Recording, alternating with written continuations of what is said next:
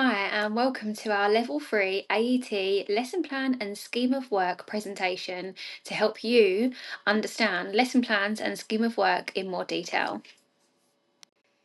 So well done on taking the first step of enrolling onto our teacher training course, and hopefully this presentation will give you a little bit more of an insight into how to create a lesson plan and scheme of work for your assessment on this course.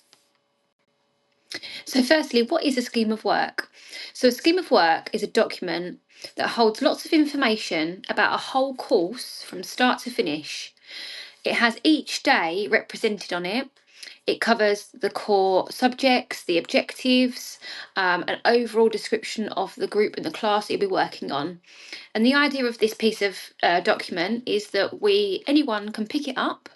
Any teacher in that class that could take over that class, someone could step in your place, and then they could basically teach and know what needs to be covered over that lesson. So this is an assignment front sheet. It can be a front sheet for your scheme of work or for your lesson plan. It depends what piece of work you're submitting, but we will have this front sheet for us to give you feedback. You need to put your name and your learner number on this document, and we will write our feedback to you in this first attempt section. If there's feedback to make some amendments, it will be not competent. Once it's fully complete, it will be competent. You will sign it, and the assessor will sign it along with other individuals, but you must leave your feedback there so that we can go back and remark what sections we need to remark on those documents. Okay, so this is your first sheet in your scheme of work. So we've got the course title. What is the name of your course? The overall course, the course dates and how many weeks it runs over, your name as the tutor and the assessor, the session times. Is it 9:30 till 2:30, 9 till 5, 4 till 7? The location of the course where it's carried out, the main aims and objectives. So if it's a lash course, to be able to carry out lash treatments. If it's a manicure course, to carry out manicures. But if it's a beauty therapy course, to be a qualified beauty therapist at a standardised level 2, qualification. Group profile, what are your students like? Have they done beauty before? Have they done other beauty courses before? Have they done a CPD course and they're upgrading it to an NVQ regulated course? Are they school leavers? You're doing a school course, they're school kids on a 6-week school program, something like that. So what are the group profile of yours like? Are they mature students? You might have a mix, so just have a little note down there. Any health and safety or equality and diversity that you have covered and that you have considered within your course. Session dates or the names of the dates or the session names that you are needing to carry out. So this is a course over a period of time. It's not just a one-day course. It needs to be over a few sessions. The lesson name, nature, what are you going to be covering? First day could be health and safety, consultation, reception skills, pricing, about the treatment methods, aftercare, all of that theory kind of thing. Teaching methods and resources. So what do you need to teach? You might need a flipboard, you might need a board, a chart, some products to demonstrate, some client cards to demonstrate. You might need your PowerPoint presentation, some handouts. And then assessment methods. It doesn't have to be a formal assessment. It can be just question and answers to check that they know that knowledge. It could be a quiz, it could be a word search, it could be anything that you can confirm that they have understood what you have said. And then you need to include somewhere in here how you are incorporating ICT, maths and English, those core skills. How are you incorporating those core skills? English, consultation, communication skills. Maths could be timings of treatments, working out pricing of treatments, how long that developer may need to be on for.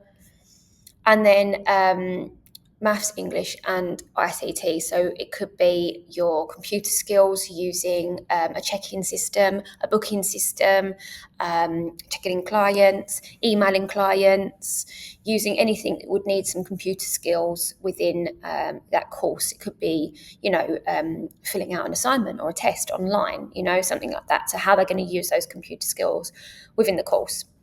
You're going to repeat this for every day that you're doing in the course, and you're going to choose one of these days to create a lesson plan for. Once you create that lesson plan for that one day, that is what you will then do your micro teach, a section of that lesson plan. So just bear that all in mind when you are creating your scheme of work. This will carry on for every single one of your courses, of your days of your course or your sessions. How many group times this is going to be over. It doesn't have to be a full day. It could be a session. It could be an evening. It could be a sort of section per of your training course. You're going to carry this on over a period of days, and we want to see this course run over a period of days. It's not just a one-day course. A scheme of work is over sessions, so we would like to see this over 4, 5, 6 sessions. You're going to make up this course that you are delivering in your specific field. Okay, so what is a lesson plan? So a lesson plan is one of those days out of your scheme of work. So each row would ideally represent a day or a session in your course over your whole period of time. The lesson plan is one of those days. So you're going to take one of those days to break down and show to us what is going to be taught in that day in more detail. Again, this is your front sheet, so we're going to put your feedback on here, give you some ideas, give you some tips of how to amend it and make it into a bit of a better lesson plan to submit as your final part of your assessment. Okay, so this is your first page of an example lesson plan. On this lesson plan, you've got the date, the week number, so this correlates to your scheme of work, what session you are at, the age group of the learners, the teacher status. Are you well experienced? Are you a new teacher? The course level, is it entry, level 1, level 2, level 3, 4, or masters?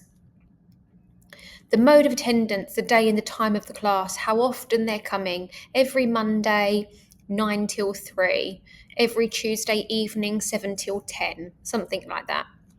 The qualification type, is it an MVQ? Is it a day course? Is it a diploma? What type of qualification are you giving at the end of this completion?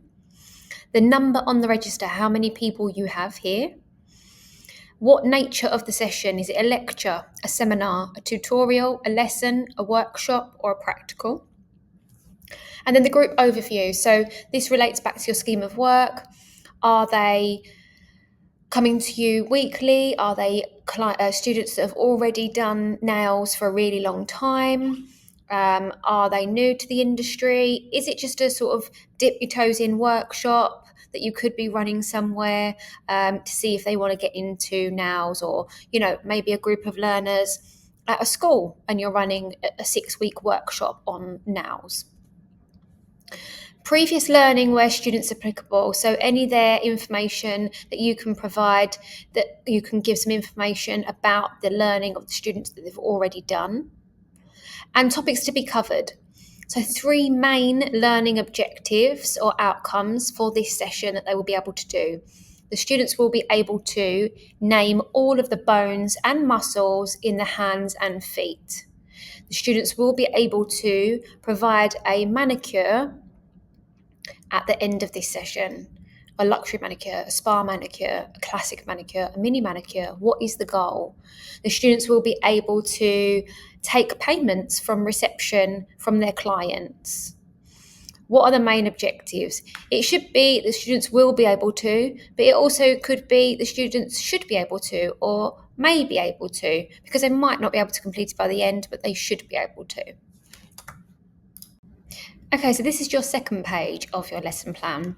So this one here has some group basic activities, tutor activities, all broken down. So in the timing in the morning session, we want detailed times. So 9 a.m. to 9:15, 9:15 to 10 o'clock. However long those sessions are, what the tutor will be doing, delivering, demonstrating, explaining about the bones of the body, demonstrating a gel now. The learner activity, are they watching? Are they listening? Are they filling out a quiz? What are they doing? And then assessments taken. So any observational assessments, this could be just watching, it could be a real observation. Any practical, so are the students doing the work, doing a now, or colouring in bones of the body, or using a anatomy and physiology tool that they have to place those bones and bodies, practical treatment they're doing. Any written observation assessment, this could be a quiz, it could be an exam. There's two ends of those extremes that you could put there as an example. But for every session, it doesn't have to be an assessment every session. So even for 9 till 9:15, if it's an introduction, well, there's no assessment. If you're explaining the bones of the body and you do a verbal point and answer question, that's an assessment to see if them students understand that knowledge that you have delivered. So it doesn't have to be a formal assessment, just some form of assessment. In this learner activity area, we can also add some ICT, maths, English, where that could come in. If they're taking payments, it's maths. Consultation could be some English language, literature skills. Lastly, at the bottom, resources required or used. So smartboards, CD, ROM, worksheets, quizzes, demo hands, model hands, dummies, anything like that that may be used. Okay, so this is another page of the lesson plan. So this one here at the top, we've got the methodology used within our teaching, our day. So did you do any demonstrations, pair work, working on each other, model demonstrations, any discussion, questions and answers, so something that you might have covered in that day or what you're planning to cover on that day. Any assignment or homework revision given to your students for when it's due in, date for completion. Any notes for next week? Anything that you may want to note down that you didn't cover today that you can cover next week or next session. And then areas of concern, anything, again, you want to remind yourself about for the next lesson. Obviously, you're filling this in as a precautionary plan. So some of these you might not fill in. You can put something you might want to put in.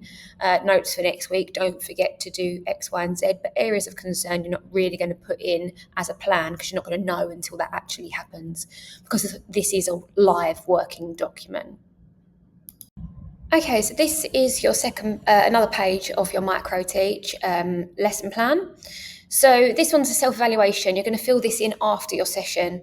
So things that went well, anything that you feel you did good within that micro-teach, could be your timing, your students were engaged, they filled out, they knew the knowledge, they received that well, anything that you think that went well. Areas for improvement, anything that you think you could do better for next time. This could be, again, timekeeping, printing different, quizzes, or a word search might be a bit different. Anything that you could particularly improve on for next session. And then actions required to support that improvement. So if it was a different quiz that you wanted, you'd need to make that before the next session. If it's your timekeeping, re-looking at your lesson plan, what could you do to make that improvement happen easier? And then any other comments, anything you want to know, if someone wasn't in for that day, anything you need to recover, maybe that you want to look into about reteaching and how you can deliver that. All right, this is the last sheet on the lesson plan, and this is just going to have anything about students. So this is going to have the name of the student, their learner or their identification number, how you as a centre or as a training academy, identify these learners, the unit and the topic that you've covered, the session time, the day and date, and outcomes or comments. So this could be, a completion of a unit.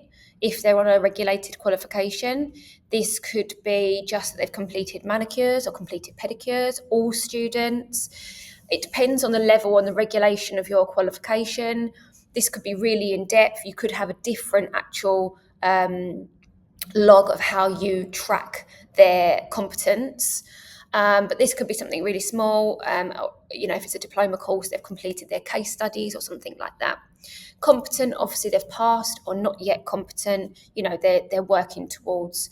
So you could track that person's just a little bit less confident or able to do that treatment than others. Any outstanding comments? Any notes or issues that should be followed up on, anything that somebody probably did within that treatment that you want to recover, anything that you may need to revisit about a student for next time, your signature and the date. So you can sort of pre-fill this in with your students' names and identification numbers and the topics, but then obviously the second part and the outcome and the comments, you will have to fill in once you've finished your micro teach. And you can do this by hand. So if you print it out, do it by hand before it gets submitted to your teacher on the day.